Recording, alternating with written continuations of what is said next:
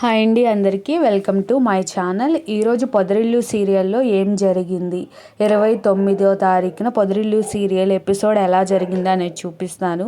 మీ అందరికీ ఫొటోస్ చూస్తూ బోర్గా ఉండొచ్చు, పద్దాక రిపీటెడ్ ఫొటోస్ ఏం చూస్తారు అని నాకే అనిపించింది. కొన్ని వీడియోలు పెట్టి ఉన్నాను కదా, సో మీ అందరి కోసం అయితే ఏదన్నా రెసిపీ షేర్ చేస్తాను.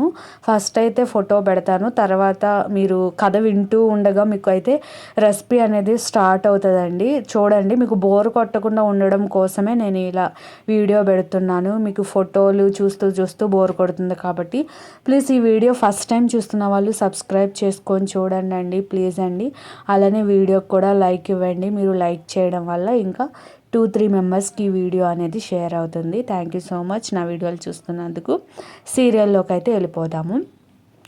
29వ తారీఖు సోమవారం ఏం జరిగింది పొదరిల్లు సీరియల్ మీకోసం ముందుగానే అండి. అయితే చాలా ట్విస్టులు ఉన్నాయన్నమాట. సో మీరు కంటిన్యూగా చూడండి, స్కిప్ చేయకుండా. ముందుగా స్టార్టింగ్ సీరియల్ అయితే ఏం జరుగుతుంది అంటే, ఆఫీస్ నుంచి అయితే మహాలక్ష్మి తన ఫ్రెండ్ వస్తూ ఉంటారు. రాగానే వాచ్మ్యాన్ ఏమో సారీ అన్న ఒక లెటర్ ఇస్తాడు. ఏంటి అని అంటే, మీకే వచ్చింది మేడం అని లెటర్ ఇస్తాడు. ఏంటి ఆ లెటర్ అని చూస్తే దాంట్లో చక్రి పంపిస్తాడు. ఆ లెటర్ని సారీ అని రాసి ఉంటుంది దాని మీద. ఇంకా అక్కడే పడేస్తుంది అనమాట. దివ్య అడుగుతుంది, ఏంటి ఎవరు ఆ చక్రి అని పెట్టిందంటే, ఎందుకు ఇలా పంపిస్తున్నాడంటే కొవ్వెక్కి అని చెప్పి తిడుతుంది. హీరోని తిడుతుంది అనమాట మహాలక్ష్మి. ఇంకా వెళ్ళిపోతుంది. సరే మనం లేటుగా వచ్చాము, మనం వచ్చే టైమే లేట్ అయిపోయింది, ఇప్పుడు మళ్ళీ ఫ్రెష్ అయ్యి మనం డిన్నర్ చేసేపటికి కర్రీస్ అన్నీ అయిపోతాయి, ముందు డిన్నర్ తినేసి పైకి వెళ్దాం, రూమ్లోకి వెళ్దాం అని చెప్పి అంటూ ఉంటుంది దివ్య, అంటే మహాలక్ష్మి ఫ్రెండ్ అంటూ ఉంటుంది. సరే అని చెప్పేసి డిన్నర్ తినడానికి వెళ్ళి కూర్చుంటే కో అంటే ఉండే కొలీగ్స్ అందరూ కూడా వస్తారనమాట. హాస్టల్లో ఉండే వాళ్ళందరూ వచ్చి సారీ సారీ అని లెటర్స్ ఇచ్చి సారీ సారీ మహా అని చెప్తూ ఉంటారు. ఏంటి మీరు ఏంటి గోలా అని మహాలక్ష్మి కసురుకుంటుంది. అసలు ఇంత బాగా రిక్వెస్ట్ చేస్తున్నాడు నీ ఇన్నోసెంట్ బాయ్ ఫ్రెండ్, ఇంత మంచిగా మాట్లాడుతున్నాడు, ఇన్నిసార్లు సారీ చెప్తున్నాడు, నువ్వు అయినా యాక్సెప్ట్ చెయ్యట్లేదు. అదే నా బాయ్ ఫ్రెండ్ అయితే నేనే సారీలు చెప్పాలి, నేనే పలకరించుకోవాలి, ఎన్నిసార్లు రిక్వెస్ట్ చేస్తున్నాడు, ఆ హ్యాండ్సమ్ బాయ్ ఎంత మంచోడో నీకు దొరికాడు, నువ్వెందుకు యాక్సెప్ట్ చెయ్యట్లేదు అని చెప్పి ఫ్రెండ్స్ అదే కొలీగ్స్ అంటూ ఉంటారనమాట హాస్టల్లో. ఇంకా మహాలక్ష్మి భోజనం కూడా చేయదు. ఇంకా భోజనం కూడా చేయకోకుండా లెగిసి వెళ్ళిపోతుంది. వెళ్ళిపోయి రూమ్లోకి వస్తుంది. రూమ్లోకి వచ్చి అన్నీ ఆలోచిస్తుంది అనమాట.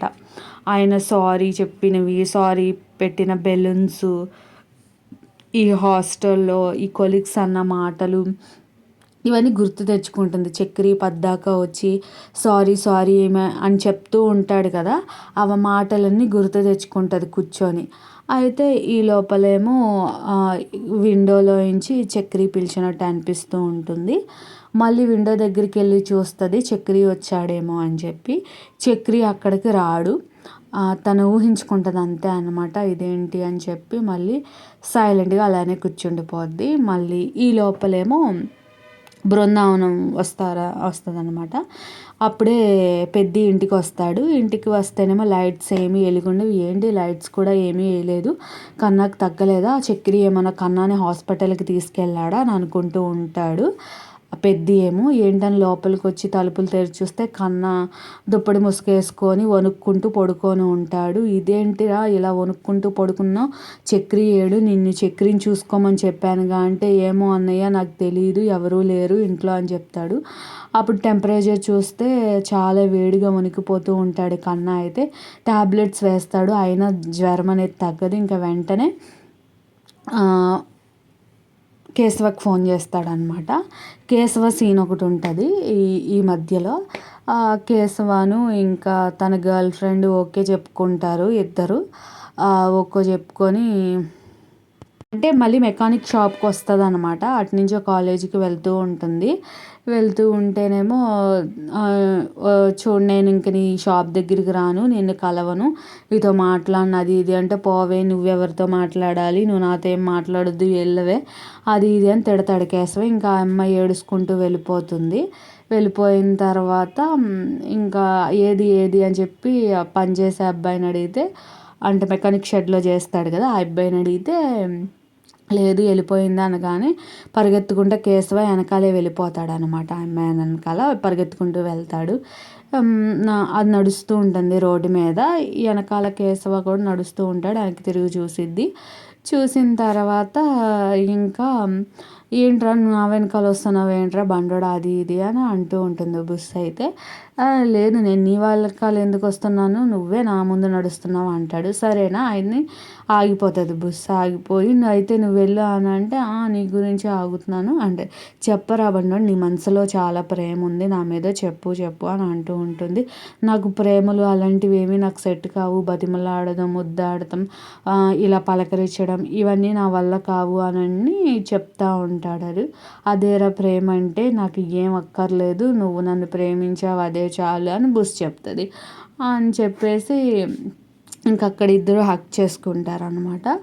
హగ్ చేసుకున్న తర్వాత అయితే ఇంకా వేరే ఎక్కడో వేరే ప్లేస్కి వెళ్ళి ఇద్దరు బైక్ మీద కూర్చొని సరదాగా మాట్లాడుకుంటూ ఉంటారు. ఇంకప్పుడే పెద్ద ఫోన్ చేస్తాడనమాట. కేశవ ఎక్కడున్నావు, ఇంకా ఇంటికి రాలేదు, కన్నని హాస్పిటల్కి తీసుకెళ్ళాలి, ఆటోని తీసుకొని రా అని చెప్పి. అప్పుడు ఈ లోపల చక్రి ఇంట్లో వచ్చి ఉంటాడు, ఫోన్ చూస్తూ ఉంటాడు. ఏంటి ఏమైపోయారు, ఇంట్లో ఎవరు లేరు అని అనుకుంటూ ఉంటారు. ఈ లోపల కేశవ చక్రి పెద్ది ముగ్గురు వస్తారు. కేశవ అరవబోతుంటే చక్రి మీద నువ్వు ఆగని చెప్పి కన్నాకి ఫస్ట్ ట్యాబ్లెట్స్ ఇచ్చి, ట్యాబ్లెట్స్ వేసుకున్న తర్వాత అయితే చక్రి మీద అరుస్తారు కేశవ పెద్ది ఇద్దరు కూడా. నేను చూసుకోమని చెప్తే నువ్వెందుకు వాడిని వదిలేసి ఎక్కడికి వెళ్ళిపోయావు, నీకు అంత పని ఏముంది, వాడికి జ్వరం వచ్చింది బాగా 106 జ్వరం ఉంది, వాడిని చూసుకోవాలి కదా, దగ్గరుండి అయితే చూసుకోమని చెప్పాను కదా అని చెప్పి పెద్ది కేశవ చాలా బాగా అంటే చాలా కేకలు వేస్తూ ఉంటారు. కేశవ కూడా బాగా తిడతాడు, నీ గురించే వెళ్ళిపోయింది, ఇలా బిహేవ్ చేస్తే నీకు రాదు అని చెప్పి. అయితే కన్న కూడా అంటాడనమాట, నాకు ఒంట్లో బాగున్నప్పుడు వదిన నన్ను చాలా బాగా చూసుకుంది, నువ్వు ఉన్నావెందుకు, కనీసం నాకు ట్యాబ్లెట్స్ కూడా వేయలేదు అని కన్న కూడా తిడతాడు. ఏంట్రా నువ్వు కూడా నన్నే అంటున్నావు అని అంటే కన్నాను ఊరుకోపెట్టి ఇంకా రూమ్లోకి తీసుకెళ్ళి పడుకోబెడతాడు. పెద్ది కన్నా నువ్వు వాడి బాధ మనం అర్థం చేసుకోవాలి, వాడినే పద్దాగా మనం అంటే వాడైనా ఎవరికి చెప్పుకుంటాడు అని చెప్పేసి పెద్ది ఏమో కన్నాతో అంటాడు. మరి ఏం చేయను అన్నయ్య, చక్రి అన్నయ్య మూలనే కదా వదిన వెళ్ళిపోయింది, కేవలం చక్రి అన్నయ్య చేసిన పని వల్లే వదిన వెళ్ళిపోయింది అని చెప్పి కన్నా ఏడుస్తూ ఉంటాడు. సరే నువ్వు బాధపడకు, నువ్వు రెస్ట్ తీసుకో, నేను నీకు జావ తీసుకొస్తానని పెద్ది వెళ్తాడు. పెద్ది వెళ్ళిన తర్వాత ఈ లోపల మహాలక్ష్మికి కన్నా ఫోన్ చేస్తాడు, వదిన నాకు అస్సలు బాగాలేదు, నాకు చాలా జ్వరంగా ఉంది, నువ్వు రావచ్చు కదా, కనీసం నీ ఎంక కూడా కన్నెత్తి చూడకుండా చక్రి అన్నయ్య చూసుకుంటాను అనగానే మహాలక్ష్మి షాక్ అయ్యి అవునా జ్వరం వచ్చిందా, నువ్వు హాస్పిటల్కి వెళ్ళావా, ట్యాబ్లెట్స్ వేసుకున్నావా అని చెప్పి అడుగుతూ ఉంటుంది. అయితే నువ్వు ఇంటికి రాకపోతే ఇక్కడ అసలు ఏం బాగోలేదు అది ఇది అంటూ ఉంటాడు కన్నా. అరే అక్కడ పరిస్థితి నాకు అర్థమవుతుందిలా, కానీ నేను అంటదంతే, ఇంకా కంప్లీట్ చేయదు ఆ మాట. ఇంకా కన్నానే ఇంకా రాదు అని చెప్తుంది అనుకొని ఫోన్ అయితే కట్ చేసేసి బాగా ఏడుస్తూ ఉంటాడనమాట. అయితే అంటే రేపటికి ఏం జరిగిద్ది అన్నది కూడా నేను సింపుల్గా చెప్పేస్తాను. అయితే కన్నాని చూడడానికి వచ్చిద్ది కానీ ఉండడానికి రాదు. ట్విస్ట్ అయితే రేపు ఉంది. ఆ ట్విస్ట్ ఏంటి అన్నది రేపు వీడియోలో చెప్తాను. రేపు వీడియో మాత్రం ఎవ్వరూ మిస్ అవ్వకండి.